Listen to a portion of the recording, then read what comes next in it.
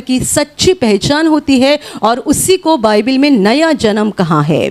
नया जन्म, जिस घड़ी हम जानते हैं यीशु को सच्चाई से, बचपन से मसीह होने के कारण हम यीशु यीशु यीशु बोलते हैं, यीशु के नाम से प्रार्थना करते हैं, पर वो कौन है सच्चाई में पहचानते नहीं है।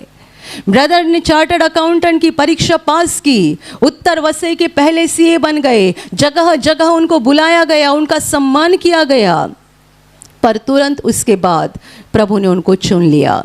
26 जनवरी 1985 उस दिन एक प्रार्थना सभा में उनको बुलाया गया, जहां उस प्रार्थना सभा में उनका दिल प्रभु की ओर लग गया। उन्होंने अपने दिल को प्रभु को दे दिया और उसी दिन से उसने तय किया कि मैं अपनी डिग्री को लेकर पैसा नहीं कमाऊंगा, मैं प्रभु के नाम का प्रचार करूंगा और आत्माओं का उद्धार करने के लिए जिंदगी बिताऊंगा।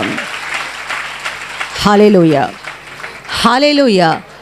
वो समय था जब जगह जगह उनको बुलाया गया और उनके गले में फूलों की माला डालकर उनका सत्कार किया गया, क्योंकि वो उत्तर वसई के पहले सीए थे। पर उसके बाद तुरंत उन्होंने फैसला किया और लोग बोलने लगे, जिन्होंने उनका सत्कार किया वही बोलने लगे, ये मनुष्य तो पागल बन गया। क्यों? हालेलुया बोलने लगे, तालियां बजाने लगे, गाना गाने लगे। तुरंत उन्होंने चर्च में एक छोटी प्रार्थना को शुरू किया, जिसमें अनपढ़ लोग प्रार्थना में आने लगे, तो सब लोग बोलने लगे पागल बन गया। लेकिन उन्होंने पीछे मुड़कर नहीं देखा। तब से उनके आत्मिक जीवन की सफ़र शुरू हो गई। वे आगे चलते गए, चलते गए। उस समय वे कॉलेज में प्रोफेसर की नौकरी करते थे। आधा दिन कॉलेज की नौकरी, बाकी आधे दिन में प्रभु का काम। ऐसा उनका काम चलते रहा। कुछ सालों के बाद उन्होंने कॉलेज की नौकरी छोड़ दी और प्रार्थना केंद्र शुरू किया और तब से लेकर पूरा समय प्रभु का काम करने लगे। कितना अपमान हो गया। ये मत समझ लेना कि लोग उनका सम्मान करते थे, लोग उनको अच्छा कहते थे, नहीं, बल्कि लोग कहते थे ये बहुत पढ़ा लिखा बन गया और पागल बन गया, बहुत पढ़े लिखे हो गए और पागल बन गए, ऐसा समाज उनको बताने लगा। बहुत अपमान हुआ, पर उन्होंने पीछे मुड़कर नहीं देखा। आगे बढ़ते गए, आगे बढ़ते गए। आज आप यहाँ बैठ सकते हो। ब्रदर ने मसीह को प्राप्त करने के लिए संसार को त्याग दिया, इसलिए आज आप यहाँ पर हैं और यीशु के बारे में सुन रहे हैं और उद्धार को प्राप्त कर रहे हैं।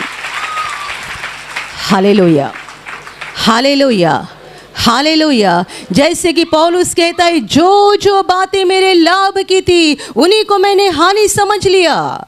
मैंने इन सब बातों की हानि उठाई और उन्हें कूड़ा समझता हूँ। ब्रदर के पास सीए की डिग्री थी, पर उन्होंने अपने डिग्री का इस्तेमाल नहीं किया।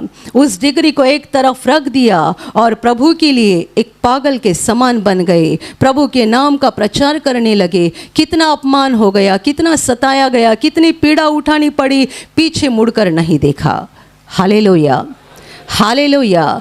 मेरे प्यारे भाई और बहनों, मसीह को पाओ, मसीह को प्राप्त करो।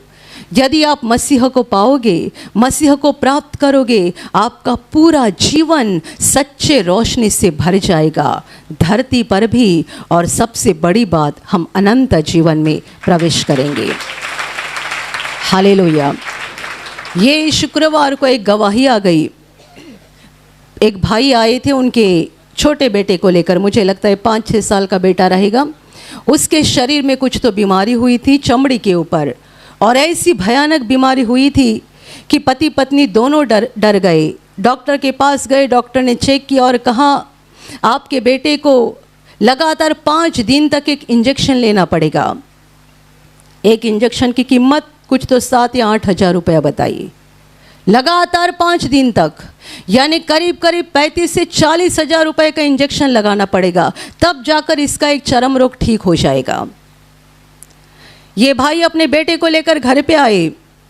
औरत तो बहुत डर गई थी बेटे की हालत देखकर, तो औरत पति को बताने लगी कि चलो हमें तुरंत वैसा करना चाहिए, बेटे को इंजेक्शन देकर देखना चाहिए, वरना कुछ बढ़ जाएगा, बुरी हालत हो जाएगी। पति ने कहा नहीं, कोई ज़रूरत नहीं है। ब्रदर के कब्र की मिट्टी लेना और प्रार्थना का तेल लेना, उसके बदन को लगाना, ये ठीक हो जाएगा। औरत मानने के लिए तैयार नहीं है।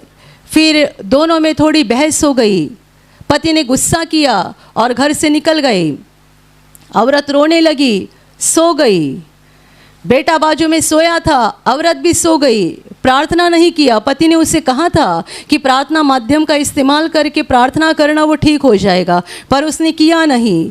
वो रोई रोई और फिर सो गई। जब वो सो गई, उसके कुछ समय के बाद उसको सपना आ गया। सपने में उसको ब्रदर दिखाई दिए और ब्रदर ने उसको कहा, बेटी तू क्यों रो रही है? केवल तुम्हारे बेटे के शरीर को कब्र की मट्टी और तेल लगाना, वो ठीक हो जाएगा।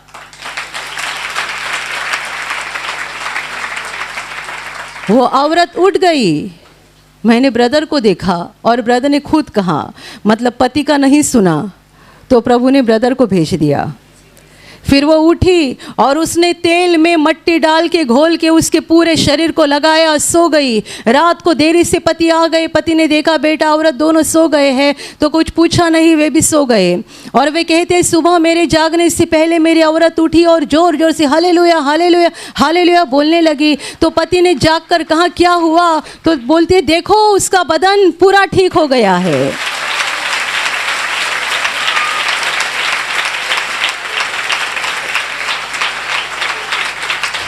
Hallelujah hallelujah hallelujah.